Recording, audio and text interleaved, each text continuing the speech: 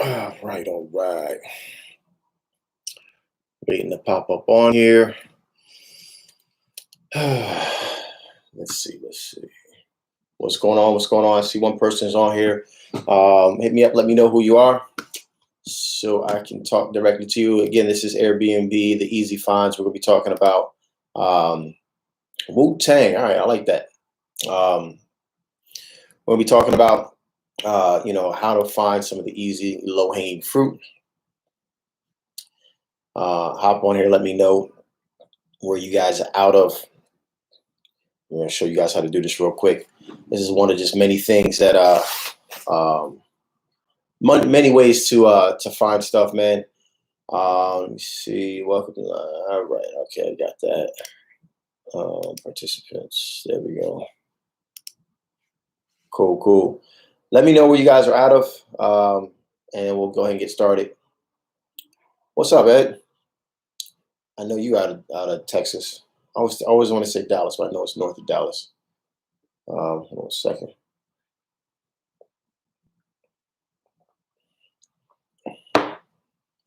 All right, so we're going to talk about Nikki. What's going on? Tiffany, what's going on? We're going to talk about Airbnb, how to find some of the easy, low-hanging fruit. It's getting a little hot. How to find some of the easy, low-hanging fruit for Airbnb, right?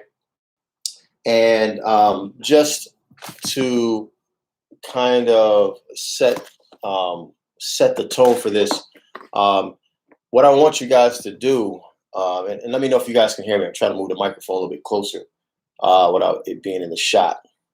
But what I want you guys to do is I want you to kind of to pay attention to some of these things. I'm going to be talking through them because I'm on YouTube. I can't share my screen to really show you where to go with these things right now.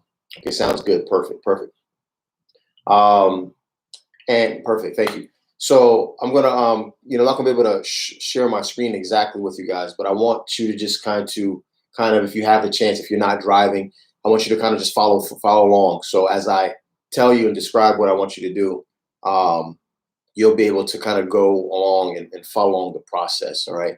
I wish I could share the screen because it'd be a lot easier, but that software, for some reason, that's why I was running a little late today, just was not working for me. Sometimes software is a blessing and sometimes it's a curse. So, all right. So Airbnb is the low-hanging fruit. Where can we consistently find Airbnbs that we can get into? If you guys know anything, I do not, tell people to buy a home to Airbnb, right? If you're going to buy a home and Airbnb it, what I would suggest is that you buy like a triplex or a quad, live in one, maybe rent out one or two of them for like a straight rental, and then do one of them as a Airbnb, so you get the hang of it, right? Because Airbnbs people come in and out, but typically if you do it the right way in the right area, what's going to happen is that you're going to end up making more money, sometimes 1.5 to 2 times, sometimes even 3 times as much as what you would normally make on a normal rental market. Okay, so if you're going to buy a home, that would be one of the ways that you would do it. You get like a quad, preferably, or you live on one side, or you live in one unit, and then you're renting out 1 or 2 units as a straight rental, so you got guaranteed income coming in, or as much as possible guaranteed, so you know your mortgage, your taxes and insurance are paid for. And then you go ahead and Airbnb another one, and until you get the hang of it, and then you might want to move it to a 50-50 where you and one person is staying in one spot, and then you're renting out the other 2. But if you're not doing that, then I suggest that you do rental arbitrage, or what's becoming more and more popular is just co-hosting. So I'll talk about rental arbitrage real quick and where you can find some people that are for that. And then I'm going to talk about co-hosting, which is really the next, I think it's really the better of the two. And at least definitely right now in this market right now. Okay. So rental arbitrage, it's essentially we're getting the property under contract or leasing the property with the landlord knowing and the understanding that we are going to do what's called a commercial lease on the property. So I go to landlord. I say, hey, Mr. or Mrs. Landlord, I love your property. I would like to rent it. Here are the benefits of renting with me. I talked about that in another video. You guys can go watch that if you want, about how to lay that out so it sounds sexy to the landlord, right? So it sounds intriguing, something where they don't want to just slam the door in your face. You tell them, give them your little spiel, and then you rent it from them, and they know that people are going to be coming in and out of there on what's called a commercial lease. Now, we all know it's Airbnb or VRBO or whatever, but we like to use the word commercial lease because it opens you up so you can use other things besides Airbnb, okay? So that is rental arbitrage. I'm renting it for $1,500 a month, and then because of the nightly rate will eventually add up to greater than $1,500 a month, I'm actually making more money. Hopefully in that particular case, you're pocketing at least $1,000. That's kind of like my threshold. I want to be at around $1,000 per unit or more, right? So if I'm renting it for $1,500, my utilities are running me $300 to $400. All right, so maybe it's up $1,800. I need to be making $2,800, so I can put $1,000 in my pocket, put $300 or $400 towards the utilities, and then pay the rent at $1,500. Okay, where are we finding these people at right now? Right now, this is the single-family home market. All right, those people that are landlords in the single-family home market. These are the ones that are going to really bite and latch down onto that. Okay, and so the single-family home market. These people are still, most of them are, they might have one, they might have, 4 or 5 rentals, right? Single-family homes that they have, right? A lot of them aren't getting paid rent.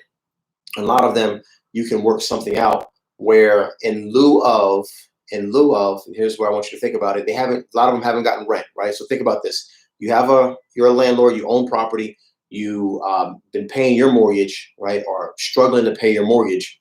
But you have this tenant that's in there and the tenant's not moving because they don't have any money to move anywhere or anything like that.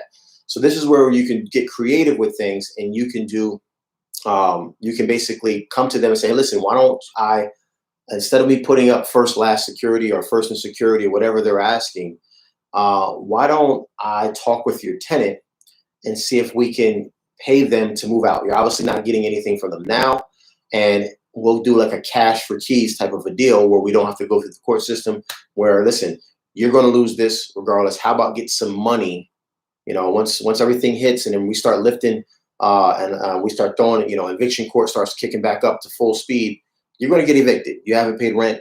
I know you think you're protected. I know you think you don't have to pay rent, but that's not what that law said. It said that it is postponed, meaning at the end of this, you are responsible for the months that you weren't paying. Okay, it's not a forgiveness. It's not like you just don't have to pay it. A lot of tenants don't know that. They don't understand that. They think that, oh, I don't have to pay it at all. That's not the case. Okay, it's just been postponed. It's been, when things kick back up, they're going to be responsible for paying that. So once you explain that to them, say, listen, why don't I give you, a month's rent or a month and a half's rent? Right now, at least you're getting something, and now you can take that and you can hopefully bribe that individual, that tenant, out of that apartment if you have to do that, right? Hopefully, you can find a place where it is vacant. Okay. And if you're, like I said, for these right here, this is really good for single family homes. I like single family homes for rental arbitrage because of the fact that I don't have to, I have a lot of control over that, right? Rental arbitrage, I'm really still, 100% responsible for that. So even though I have tenants or I have guests coming in and out, I'm still responsible for that property, right? So single family homes, I get a little bit more control. Access is definitely more control from, on my end. And so those homes, those low hanging fruits on tired landlords are where we want to look at. So what are you going to do? You're going to go on to, I know some of you guys have prop streams, some of you guys don't. So I'm just going to speak to the one that everybody has because it's free, which is Zillow. Okay. So you're going to go onto Zillow. You're going to search in your area, right? and you're going to go ahead and look for, you're going to block everything out except for single family homes and townhomes. Those are the only two things I want you to look for: single family homes and townhomes. Okay. When you do that, what I want you to do is I want you to look for rentals only in that area, and those rentals need to be on the market. They have to be looking to be on the market for 3 months or more. Low hanging fruit. I promise you, people who have been trying to rent their property out for the next 3 months, those are low hanging fruit. They are going to go ahead and listen to you because they haven't been able to move that property.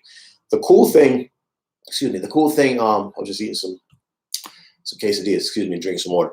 So the cool thing about this with landlords that like that, right? The cool thing about it, and just Airbnb in general, is there's a reason why that unit is not being rented, right? And typically it kind of comes down almost to the same thing, but really one or two things, but they kind of correlate with each other. It's either that it's too high or the value is not there, meaning that it's too high or it's at a decent price, but the condition of it is too low. Okay. So someone who hasn't rented it, it's been listed, it's been on Zillow, they can't get anybody to move into it for 3 months. What you're going to do, what the cool thing about it is, a lot of the Airbnbs, and I don't know if anybody here can attest to this, if has actually used an Airbnb. What you see on the photo when you get there, that's typically the inside, right? You typically don't have a lot of pictures of the outside of the unit. So what people fall in love with, what you're responsible for, is providing a accurate and truthful listing, right? And so some of you can attest to this, that you've gotten an Airbnb and you looked at the photos and the inside was like, man, this is nice. Like, I love this. And then you get there and the area is not the most desirable neighborhood. It's not a war zone, but it's not the most desirable neighborhood, right? And I don't know if anybody's had that happen to them. You can let me know. You can, just put a 1 in the chat or something like that. Let me know if that's ever happened to you, where you've rented an Airbnb, you've gotten an Airbnb, and you saw the pictures, and then once you actually got there, you realize, man, this is not like with the pictures what I saw. I thought this was going to be in this really, really nice neighborhood, upscale neighborhood, and when I got there, it wasn't the case. That's happened to me on several occasions. And where the inside of the home was fantastic. I loved it. It was clean. Was nothing wrong with it. It's just once you got outside in the surrounding neighborhoods, you realize you was kind of in there. You know what I'm saying?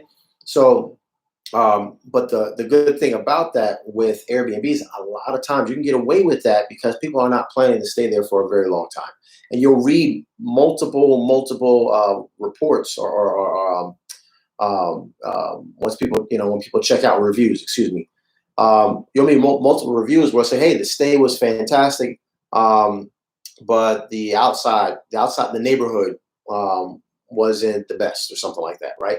But these are houses that are still getting booked. They're still getting booked, right? So these are low-hanging fruit. You want to get into it really quick. Find someone who's had a listing that's been on there for about 3 months, right? Been on there for about 3 months. Really simple to sift through. You can go right there on Zillow. Let me see if I can do it here on my phone for you real quick. And you go there and you'll see these properties are the ones that are, let me just skip. These properties are the ones that people are going there and they're passing up on because they're thinking about living there. Like, that's what, for real, bringing a family there and so on and so forth, right? They're not thinking about, but you're not actually going to live there, and your guests aren't going to live there. Okay. So here we go. All right. Let me show you here. So I just did Atlanta. I don't know if you guys just can see that Atlanta, right? All I did was go to filters. As you can see, it's on for rent. Okay. And I just went all the way down, any, right? I got houses and townhouses. And what I have here down there, or is it at, it's 90 days, or it says it right here. No, I can't see here. Days on Zillow, 90 days right there. Okay. So when I did that, there's 190 results. 190 results in Atlanta. Okay. So now my job, which I talked about in another video, I'm not going to go into it, is to go onto Airbnb, go into Airbnb, and then correlate and see, okay, where are the homes that are being rented consistently? Where are they at on Airbnb? So you literally go to the Airbnb app, pull up Atlanta, and then look at the dots that you have here on Zillow. You see a high concentration over here, right? Look at those dots, right? And then look on Airbnb's app, and then on Airbnb's app, see where we just type in Atlanta, right? It's going to pull up the city of Atlanta. It's going to show all the Airbnbs that fit your criteria, right? And then you're just going to pull those open, keep it broad, and then see where some of those match up to these purple dots, okay? The reason why you want to do that is because if, let's just say, there's nothing down in this area, just like there's nothing there for rent. But let's say you're on Airbnb and there's absolutely nothing there on Airbnb, okay? There's probably a reason why, right? There's probably a reason why there's nothing down there, okay? So you want to kind of just match up where the action is happening at as close as possible to what you could possibly get for rent, if that makes sense, okay? So that's one way of doing it. 90 days or more, right, on Zillow. That's for rent. Let me just click on one. Let's see if I can find. Okay, so here's one right here.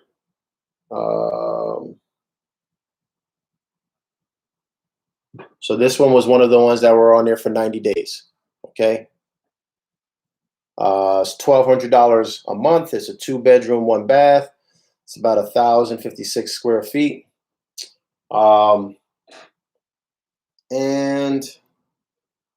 I mean, it looks like a decent home. You know, I mean, it has a couple pictures here. I kind of scroll through them, right? It has a couple pictures here. Now, what I'm looking for anything that's just crazy, like any stains. Like the kitchen doesn't, is old, but it looks like you might need a stove there. It does. That's something that you can, especially now, you can negotiate with and talk with, right? So, but this home right here with the right art in the walls, with the right decor, with a pop of color that we talk about in the course on how to incorporate that color and bring it into the house so it makes it look more vibrant. You obviously have to put a stove in there with the right type of setting, stuff on the so that, let me show you a good trick here. Where is that picture of so this right here, right? A good trick with ugly, old, outdated refrigerators. A good trick to do with that is that you take chalk paint and you can put chalk over it and then do like a nice, welcome home message or something where they can sign something just to make it look artsy. That's kind of like, I guess, best word I'm looking for, to make it look artsy, right? To make it look like this was done on purpose. Using that chalk paint to put on certain walls where people can write and scribble onto the walls, whatever. It's just a cool thing. It's just a nice, neat feature that when you take a photo and put it on Airbnb, it pops. People are like, oh, wow, that's different. That's new. That's interesting. Okay. I talk to you guys about that stuff in the course on how to, and other videos too on YouTube on different things that you should bring and incorporate into your Airbnb, just for the fact that you just taking the photo and standing out, right? Something like that little light back there that's flashing different colors, right? It's just something that's different, right? It's something that's going to attract the eye, and it's just going to make it look sexier than what it really is, okay? Now that property's been on for rent for $1,200. It's been on the market for 90 days or more on Zillow, right? And there was, I think, 137 or whatever I told you before, 100 something other ones that are doing the exact same thing, right? Imagine if you called all of them. You are going to, guaranteed, you are going to find some people that will take you up on that offer. They've been trying to rent their home for 3 months straight. And now here's someone comes willing to pay them, not even haggle on the price, willing to pay them what they're asking and they're ready to go. And the only caveat is that they're going to get their money on time. The only caveat is that they're going to take care of all the maintenance up to $500. The only caveat is that they're going to maintain the grass. The only caveat is that they're going to have triple insurance. The only caveat is that they're going to have less wear and tear on their home, right? Who's not, a lot of people are going to say yes to that, especially after they've been trying for 3 months. Okay. So that right there is the low-hanging fruit for rental arbitrage. Okay. Now, rental arbitrage does have some negatives. Okay. Rental arbitrage, because you are the leasee, what's happening is that you are actually going to have to come up with that first in security or whatever that person asked for, right? You are actually going to be the one who's paying for insurance. Okay. You are actually going to be most of the time the one who has to furnish it. Okay. Because you're the person who's leasing it. So you're going to have to spend some money to get into that property just so you can turn it into a business and make some money off of it. Okay. The pros of that is that you typically make more money per unit. Okay. But so on that property right there, that $1,200 property, let's just say they want first in security, right? So it's $1,200 first month, security, it's another $1,200. That's a total of $2,400. Okay. For that price size property, without a doubt, I could get into that property and make it look very nice for $3,000 or less. 2 queen beds, some art on the walls, couch, TV, dining room table, fix up the kitchen, a little bit of paint, whatever I need to do to make it look nice. Some flower arrangements that won't die, or even better yet, some fake flower arrangements. Okay. A ping pong table, or it might not be big enough for a ping pong table, but maybe like an air hockey table or a foosball table. I'll find off a Facebook Marketplace or something for $80 to $90, and it will look nice for $3,000 or less. Okay. But at the end of the day, it's $2,400 first and last, right? Plus $3,000, that's $5,400 that I have to spend total to get into that unit and get it renting. Now it's going to make me, I won't get into it unless it's making me at least $1,000 a month. So it's going to make me that money back, but it's going to take about 5.5 months or so for me to make that money back, right? From that point on, I'm in the profit. Okay. So that's the pro is that it's, you're going to make $1,000 a month or more, easy. Like, at least you shouldn't even be doing rental arbitrage unless you're making $1,000 a month per property. Okay. And 100% of what you make goes to you. Well, besides what Airbnb takes, goes to your pockets, right? 100%. So you don't have to share any of that besides the rent that you're obligated to pay. You don't have to share any of your profits with the owner of that property, the landlord. Okay. Now, co-hosting is slightly different. Co-hosting is that individual who owns that property. They are responsible for insurance. They're not renting it to you. They are responsible for the furniture, right? And you will probably help with that, meaning you would help with, not financially most of the time, you would help with picking out the furniture and working within their budget to get the furniture and put it in there. Okay. Essentially what you're doing as a co-host, what you're doing is you're managing you're property managing that property. Okay. So what's going to happen is that, let's say you come to me, I'm a landlord, I own that $1,200 property that I've been trying to rent. Okay. You come to me and say, hey, this is what I can do for you. We can put this property, you're trying to get $1,200. How would you like to get $1,800? How would you like, let's say conservative, let's say, how would you like to get $1,600 instead of $1,200 for your rent? That person hasn't been able to rent their property in 3 months, right? They're going to say, yes, I would love to get $1,600. I'm trying to get $1,200. How can I get $1,600 a month? We say, okay, well, this is what we do. It's like, have you ever heard of Airbnb or VRBO, HomeAway, any of those apps or any of those businesses? And they're going to say, most people will say, yes, I've heard of Airbnb. A lot of people haven't heard of some of the other ones. So they say, yes, I've heard of Airbnb.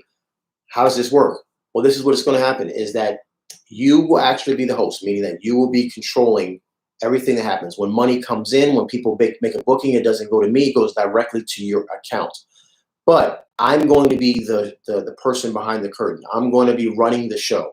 I'm going to be the person that's checking people in. I'm going to be making sure that their background check is good, right? I'm going to be the person that that works with the cleaning company to make sure, maid service is coming through and thoroughly doing checks. I'm going to be the person that goes out and makes sure that we gather all the items that are, the new toilet paper that we need, and paper towels and plates and all that stuff. I'm going to be the person that does the decorating. You're going to be responsible for coming up with it. I'm going to let you know we probably need about a $3,000 budget to make this happen. But with $3,000 budget, we're going to make this thing beautiful, and we're going to be able to put this thing, and I'll control the listing as far as putting it on putting it on Airbnb. You don't have to do anything besides get this place furnished and kick back and then relax. I'll take care of everything else. Okay. And so when you explain to them that, hey, this is how it works, and let me show you that we can get more than that for your unit. Let me show you why you can get more than $1,200 a month for your unit. As a matter of fact, I'm pretty confident that we can get a lot more than that. And let me show you how. And this is where your expertise of being able to use Airbnb as a tool to educate is really comes into play, and how you bring this information to them, how you show them the app, where you open it up and say, here, this is your address, right? Let me zoom in. This is the area that we're in. Now, let me zoom out a little bit and show you all the properties that are up for Airbnb right now and what they're going for on a weekday rate and a weekend rate. Okay. Let me show you how this person right here is a super host. What does that mean? Okay. So explaining this to them in a way that's educating them so that they start to convince themselves that this is the best option. Okay. And so what you're going to do from a co-hosting standpoint, is that you're going to go ahead and you're going to broker a deal where you say, listen, I'm going to take care of all of this stuff.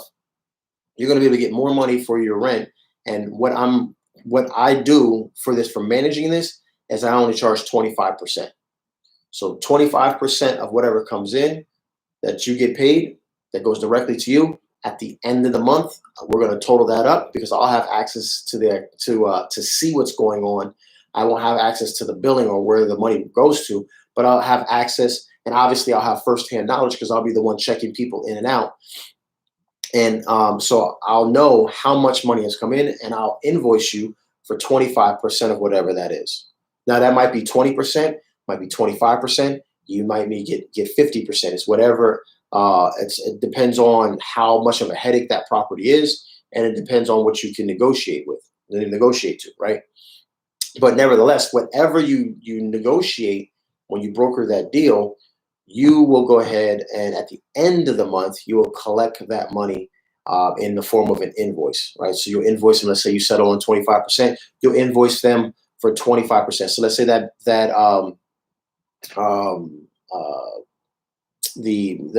say it's $3,000 or $4,000 you made for the month.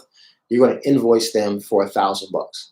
They're not going to be mad, because remember, they were trying to get $1,200 a month, and they got $4,000. They got to give you $1,000, and they didn't have to do anything else. Then the grass got cut. No one had to tell you to do anything. You handled the handyman stuff. Everything was handled. That's co-hosting. Okay.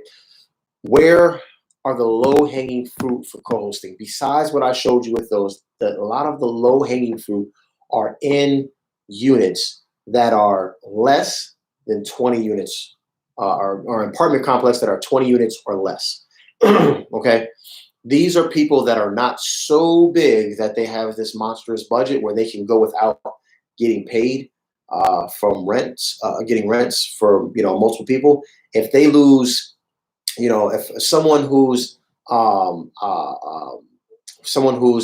has 20 units and they lose 5 people, they lost 25%, right? They lost 25% of their income, right? So it's not so big, and some places that have hundreds of units. If they lose 5 people, it's not a big deal. They're not going to feel it as much. But some place that has 20 units or less, they're really going to feel it. I mean, even close to 30 units, they're still going to feel it. But really, 20 units or less, when they have vacancies, they feel those vacancies. Okay, they really feel them. So those people fall into the same type of boat. But the beautiful thing about when you have an apartment complex, one of the cool things about that is that It provides a little bit more, a better sense of safety. I mean, obviously, depending on where it's at, but same unit, same neighborhood, because there's other people around, because they already have parking kind of set aside, because these things are already there and in place, and security measures are in place because it's already built for multiple people to live in there, and they know multiple people, we got to have extra security features in there. A lot of times it's a little bit more secure. People like it, like the feel it's a little bit more secure. The other thing about it is that depending on what type of unit and how area, a lot of times some of these units, these smaller 20 units, they're in nice, decent neighborhoods, meaning that you can really charge a decent amount per night in these neighborhoods. So I live in an area called Buckhead. Uh, Kind of close to me is another, very, very large unit. And I know some people that are doing Airbnb in there. Now, they're not supposed to be, right? But because of the area that we're in, they're charging 200 something plus dollars a night, right? For a 2 bedroom, 225 for a two bedroom with a view, right? Per night. And they're getting it. Okay. So they're making very, very good money, and being able to really just be hands off, because they don't really do anything with it. They have people who do everything for them. They're cleaning, they give up the keys, they do all that stuff. Okay, so you can find units like that in what I call like boutique areas, like where you're. It's not a. I mean, we know what a boutique store is, right? You got the really fancy stores, the big box stores, the Nordstroms and all those big box stores that have all the expensive stuff, right? And then you have boutiques that still have fancy stuff, that still have expensive stuff. They're just in a smaller store and in a smaller location. So looking for these boutique style apartment complexes where the rents, where that it's not, they don't have so many units that when they lose something, they lose somebody, they don't feel it. Like they need to feel it. Those areas right now, if you're looking to co-host, because the reason why those are really good is because if they lose 25% out of 20 units, they lose 5 units. It's really, you have a good opportunity to pick up not just one unit, but you might be able to pick up all 5. Typically, where that's going to work is that you're going to start off with one. They're going to give you a trial run, and once they see that thing work, they're like, "Yo, let's do this for everything. Let's do it for the next 2, 3 more units." Once they see that it works, they want you to kind of head that department up, okay? And they want you to head. So when they have a vacancy, they're going to think twice. Should we send it to you for an Airbnb, or should we try to rent it again, right? And so these are the reason, like I said, going back to the pros of doing it with something like that is that you can possibly get more units than just going to a single family home person who has one, like you saw that one home there, right? Or maybe that person has multiple homes, but the chances of them having them right next to each other, slim to none. Why that's so important? If anybody hasn't done Airbnbs before, you'll understand that cleaning and keeping the home clean and ready for the next guest, that is a big task, because you have a finite amount of time. You have a small window of time from when your last guest checks out, typically at 10 a.m., to when your next guest checks in, okay? So you might do checkout at 10, you might do checkout at 11, but just know what that time frame, yeah, everything has to be synchronized, right? There's ways you cut that stuff down, but one way where a lot of people get caught up, or a lot of cleaners get caught up, they can do the cleaning real quick, especially on a 2 bedroom, 1 bath, 2 bedroom, 2 bath home. It's not the cleaning, it's the laundry, right? It's putting the loads in, because you might have to put 2 loads in, depending on how big the quilts are and how many comforters you have and everything else, right? You might have to put 2 in. It might take you 45 minutes to wash, and then another 45, 50 minutes to load, to dry it, right? So obviously you want to be able to have that person be able to spend enough time. And I know a lot of people are saying, well, that's why you need to have multiple. Yes, you do. You 100% you do. But even stuff like the towels, right? I've had times where, I don't allow parties in any of my units, but people will still sneak it in, right? And then you go in there and they've used all the towels. like all of them, right? And now you're spending 2 hours, 3 hours just washing linens, right? So you need to have a lot of time. So the beautiful thing about it is if you had a property here and then you had one on all the other side of town, now you got to factor that driving distance. But if you could get with someone that has 4 or 5 units in one specific building, then your cleaning person can just bang out, boom, boom, boom, right? And everything is closer. They don't have to worry as much about the traveling time, so they can be more efficient. Okay. You can also help with the negotiating on price when that happens as well with your cleaning people, because it's kind of like they're getting multiple units to clean, to multiple units opportunity to make money in one condensed area where they don't have to travel. So my daughter has a cleaning company, so she factors in travel time into her price. Okay, so and she has to try. She goes to one person, and that other next person's house is, outside her 30-mile radius. That costs money. Okay. So if you can get all of that in one area, man, then you're golden there. So, all right, man. I wanted to kind of bring this to you, man. So the co-hosting aspect of it, just to recap, co-hosting, you don't own it, you don't lease it. You are just a property manager, essentially. You are a hotel manager. Think of someone who manages a hotel. You are the manager of that individual's property.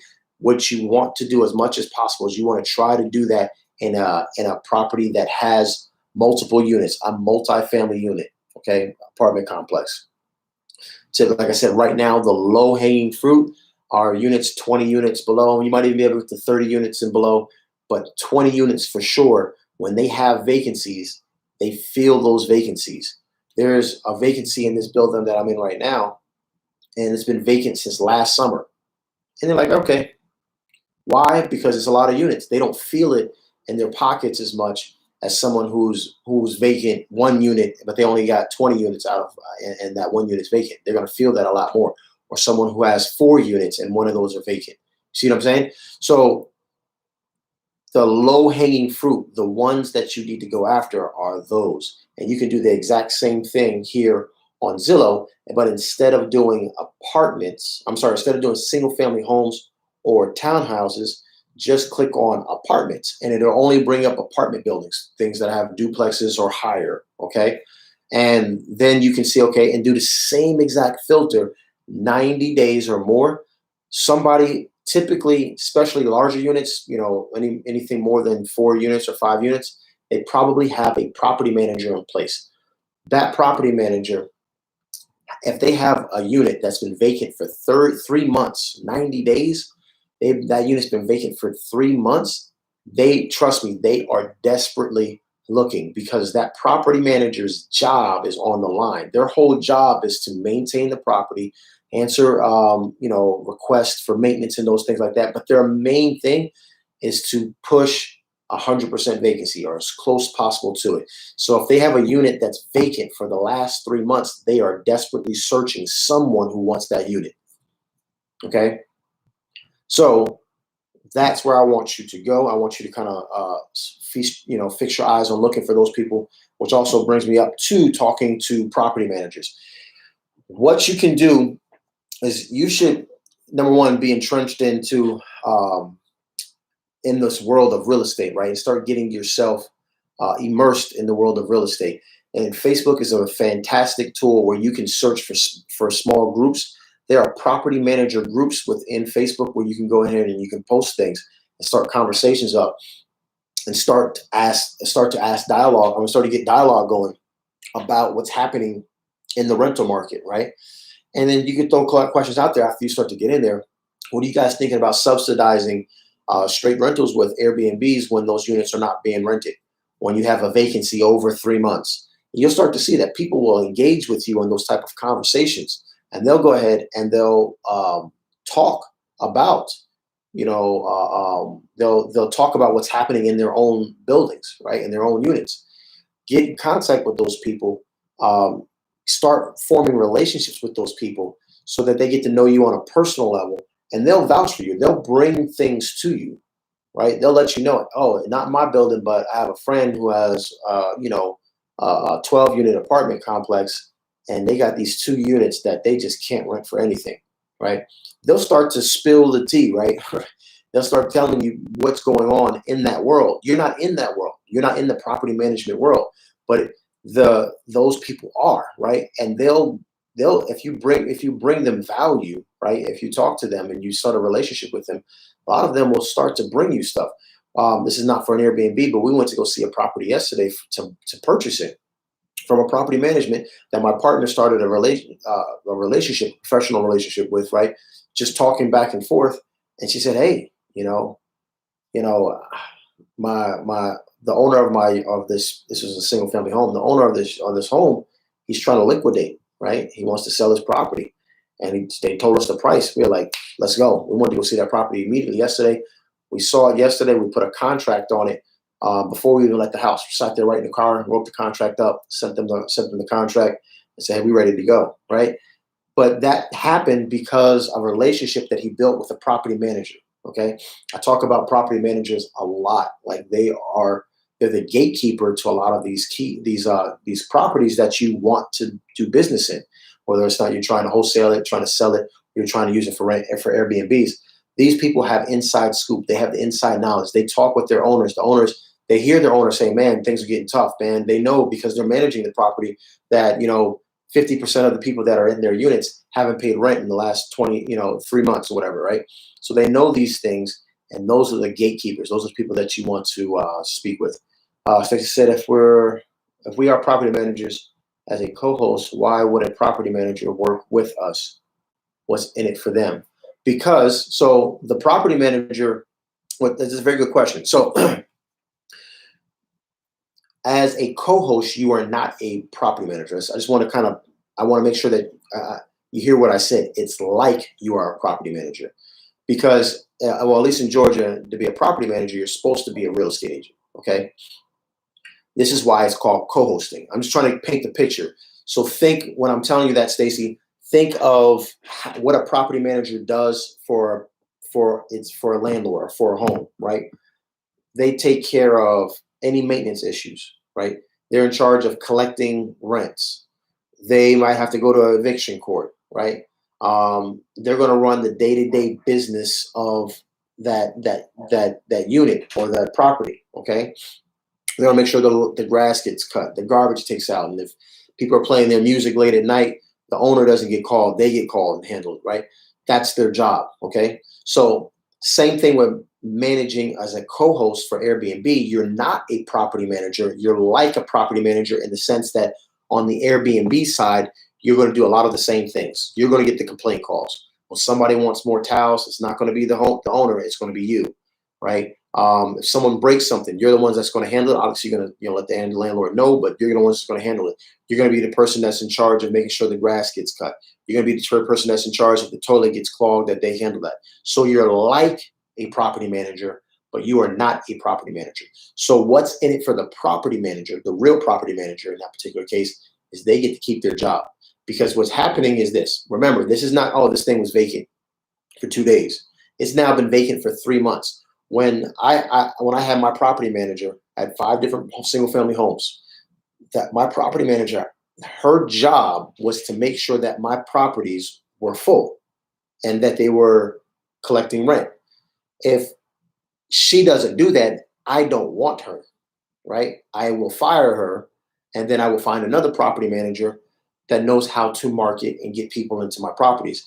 Does me no good to pay a property manager or have a property manager on my, working for me if they can't do the basic function of making sure my properties are full, like my units are rented, okay?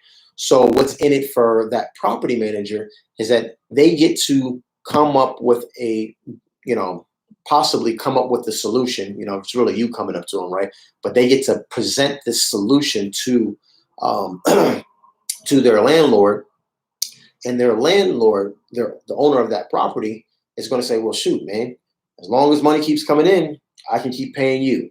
So if they got 20 units, 5 of them go to Airbnb, they're still getting paid for 15. Guess what? That's what they were getting paid for in the first place, right? Because those 5 units weren't rented, and typically property managers get about 10 to 12% per unit. right? So they weren't getting anything for those vacant units anyway, and it probably had a owner that was breathing down their neck about getting those properties, those units rented. Now they came up with a solution, partnering with you, where it makes them look good. Okay, they also could possibly work with that owner to get a percentage of it, because now your owner went from getting, let's just say, $1,200 a month, and now that owner is getting $1,600, $1,800, $2,000 a month, right? And so maybe they'll say, hey, for me bringing this to you, you just pay me my standard 10%, or you pay me 5%, right? So maybe out of their money, the landlord's still making a lot more than what they were making beforehand, and now that's being handled for them. So that's, again, on their end, what's in it for them. The big thing that definitely goes without saying is that they get to get that landlord off the back of their neck, breathing down their neck about why those units aren't rented out. So good question though. All right, everybody. So, man, these are the low-hanging fruit for Airbnb. Go out there and make sure that you're utilizing this stuff. For instance, not always 5%, but like I said, that's up to them to broker. Stacy's question was, oh, okay, they're getting 5% for working with us. Sounds good. That's up for them to broker. You can broker it too. You can do that if you want. You say, hey, you're going to negotiate 30%, right, of whatever it is. Just let's say you wanted to settle on getting 25%. You negotiate 30% with the owner so that you can take 5% off and give it to the property manager for introducing it to you, right? You could, I mean, in real estate, in real estate investing, it's pretty much whatever you can negotiate, right? I mean, it's not so fixed. It's whatever you can negotiate. So just keep that in mind, okay? All right, everybody, we're gonna wrap this one up, man. Thank you guys so much for popping on here. Today was Airbnb, just the low-hanging fruit, how to find them, and hopefully this video brought you a little bit of clarity, and hopefully you were able to follow along and kind of look on your own apps on Zillow and Airbnb and follow along with us, so you could see exactly how you could find some of these low-hanging fruit. There's no reason in 2021 why anybody should not be able to get an Airbnb. It's pretty common now. You just need to know what you're doing. You got information. If you want more information on Airbnb, or if you want to learn the process from start to finish, you can go onto my Instagram at Tommy Holt Jr. At Tommy Holt Jr. on Instagram. Inside there, click on the link in my bio. I have a course in there. You get 2 courses for $99, $9 course, and it's $88 for the or something like that for the Airbnb course. Through the entire process, you get both of them for $99. All right, man. Y'all have a blessed one, man. Let's go out there and make some money. Take care.